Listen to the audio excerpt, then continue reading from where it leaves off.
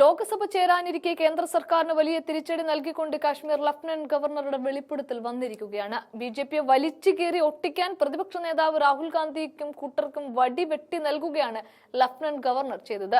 കാശ്മീരിൽ പറന്നിറങ്ങിയ ഭീകരർ പഹൽഗാമിൽ നിരപരാധികളെ വെടിവെച്ചു കൊലപ്പെടുത്തി വീണ്ടും അതിർത്തി കടന്നപ്പോൾ സുരക്ഷാ സംവിധാനങ്ങൾ കൈമലർത്തുകയാണ് ചെയ്തത്.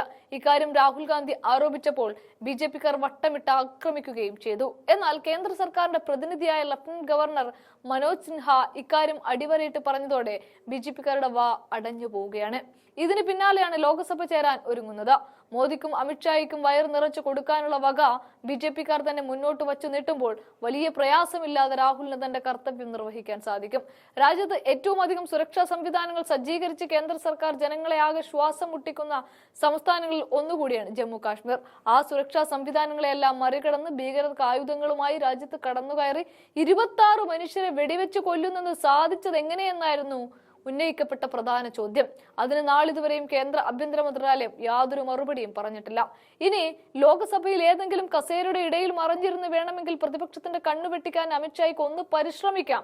കാരണം ദിവസങ്ങൾക്ക് മുൻപ് അതിർത്തി കടന്ന് സ്ഥലത്തെത്തുകയും പ്രദേശവാസികളുടെ പിന്തുണയോടെ മുന്നൊരുക്കങ്ങൾ നടത്തുകയും ചെയ്തിട്ടും കണ്ടെത്താനാകാതെ പോയ ഇന്റലിജൻസ് സംവിധാനത്തിന്റെ വീഴ്ചയും ദൗർബല്യങ്ങൾക്കും മറുപടി പറയേണ്ടത് അമിത്ഷാ തന്നെയാണ്.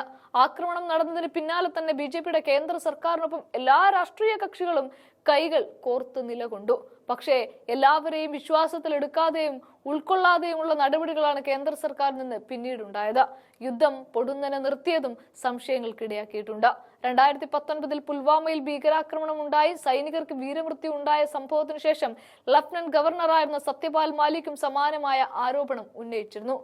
മനോജ് സിൻഹയിൽ നിന്ന് വ്യത്യസ്തമായി ഗുരുതര ആരോപണങ്ങളാണ് 2023 ഏപ്രിൽ സത്യപാൽ മാലിക് ഉന്നയിച്ചത്.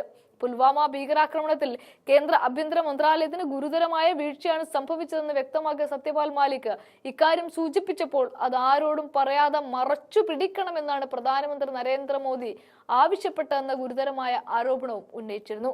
ദേശീയ സുരക്ഷാ ഉപദേഷ്ടാവ് അജിത് ഡോവലും ഇക്കാര്യം ആവശ്യപ്പെട്ടു എന്നും സത്യപാൽ മാലിക് അന്ന് വെളിപ്പെടുത്തിയിരുന്നു.